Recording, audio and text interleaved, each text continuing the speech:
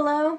I just want to share a quick thought with you today. I was on Facebook yesterday and posted a status that said, if you have to be mean and insultive, I think I'm getting the word wrong.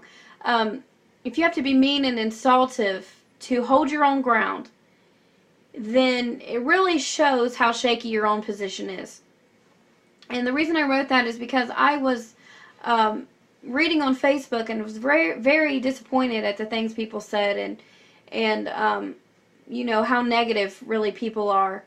And I did a study last night and this morning about the words that we say. I don't really understand why on Facebook we have to get on there and be so negative, because to me Facebook is a pastime. It's one of my favorite pastimes. It's where all my friends are. You know, it's really what's happening, the latest events. It doesn't have to be used in such a negative way, but it is. And it really disappoints me because it's something I enjoy. And, you know, I think 90% of the time when we're angry with somebody, if we see them in the grocery store, we wouldn't say the things that we post on Facebook. I don't know if it's because we can hide behind the screen or what it is, but, you know, I really just don't think we'd be brave enough to do that 90% of the time. It just depends on what's going on, but really, you know, the Bible talks about how the power of life and death is in the tongue, and how we have the choice to either help someone today or we can discourage them and we can tear them down. And we can just completely crush a spirit, and they can give them no hope to be better or to do better. One of the things we do when we get angry is start to name call. And it's just funny to me because if you think about a name, it is something that characterizes something or a person. And for instance, if somebody lies to you, you know, maybe it's the first time they've ever lied. The first thing we want to say is, you're a liar. Instead of saying, you lied, what we do is we characterize this person, and, you know, the next time this situation comes up and they are, you know, offered the opportunity to either lie or tell the truth, all they're going to hear is that you said that they are a liar. And so when that opportunity comes, they're going to think the whole world's against them. We gave them no avenue to do better at all. We only told them that they're a liar. And, you know, when I was younger, I went to my dad. My mom and dad were always just wonderful about telling us, if you need to talk about anything at all, you can come to mom and dad. And, you know, I don't care if you did something wrong. If it's something that's important to you, it's important to me. And they would sit down with us. And this in particular time, I sat down and talked to my dad, and I had done something wrong, and I told him about it, and really messed up this time, Dad. I was telling him, and I could tell in his face he was disappointed. But he did not ever tell me I was a disappointment to him. What he told me is, I know you can do better. I know you're better than this, and I know you can do better. So the next time that situation, that opportunity, maybe a temptation came up, what I heard was my dad telling me I can do better. He gave me that avenue of hope. He gave me that way to be a better person, to make a better decision, and to be that make that right choice. Instead, I didn't hear him say, you're a disappointment. And I think a lot of times people live up to the expectations that we have for them. Because when we call them those names, when we call them a failure, and we call them disappointments, and we call them liars and thieves and whatever, you know, they really don't feel like they have a reason to do better. They think that their reputation is already done. We never are forgiving. We're always just hurting and saying things, you know. And not everybody, just some of us on Facebook that I've seen. Some of my friends are like that, just completely negative, and you know, words that just take the heart out of people. Somebody hurts your feelings, so you think you got to combat, and you got to hurt them as bad as they hurt you. And really, we're supposed to be different. We're supposed to be transformed.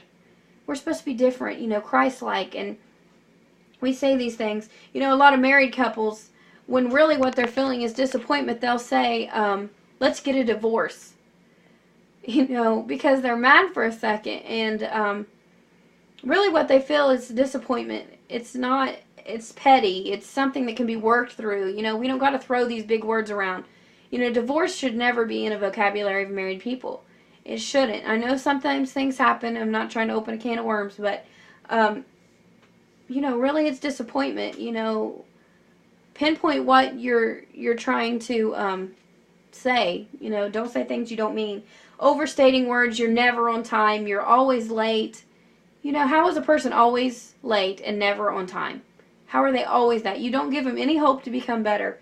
Or telling somebody, this is one that just really burns me up, telling somebody, you're just like your mom, or you're just like your dad, and you use that in a negative, especially in divorced couples, because they don't like their ex. But what they're conveying to their child is, I don't like how you are. You're going to be just like him. You know, that's what we don't give them any hope. We don't tell them that you can do better than this. We just completely characterize them. We give them a path to walk on. We set a pattern and say, here, you know, walk in this. This is all you're going to become. And we don't give them any room for hope at all. Don't ever try to encourage them. And then there are words that rub salt in the wounds. And what I mean by that is somebody comes and hurts your feelings, or they try to tell you, hey, I saw that you're struggling with this and I'm praying for you. We don't hear that they care about us. We don't hear that they're praying. The only thing we heard and know is that we've been called out. Somebody sees that I did something wrong. And so, you know, we start reminding them, hey, well, don't forget that you used to be a liar, and you used to be a thief, and used to be a prostitute, or you used to be an alcoholic, you know. We start throwing rocks at them because we see that they know what we're doing. And so we just start bringing up old business, old mistakes, or we remind them of an old fight we had that has nothing to do with the situation at hand at all. And really, we wound people. All we're doing is reminding them of their own personal disgust, because they brought something up on us. You know, they had dirt on us, so to speak. We start bringing stuff up about them. And it's really wrong, and it really cripples people's spirits to have to work through these things and to become better, you know. So, anyway, I just wanted to share that. It's just my thought for today, that we have the choice to encourage people. Let's do that. Let's be an encouragement. You know, it's a choice every day. And, you know, be a friend to somebody. If you see a brother overtaken in a fall, restore such a wonder, you know, to him. In other words, give him a hope. Show him that you care. Don't be so aggressive and so attacking of them. You know, you have the choice to do the right thing and to make the right choice and to do better. Because, you know, God gives us a choice because He believes in us. He knows we can do better. So anyway, I just wanted to leave that thought with you. And I hope you have a wonderful day. God bless you.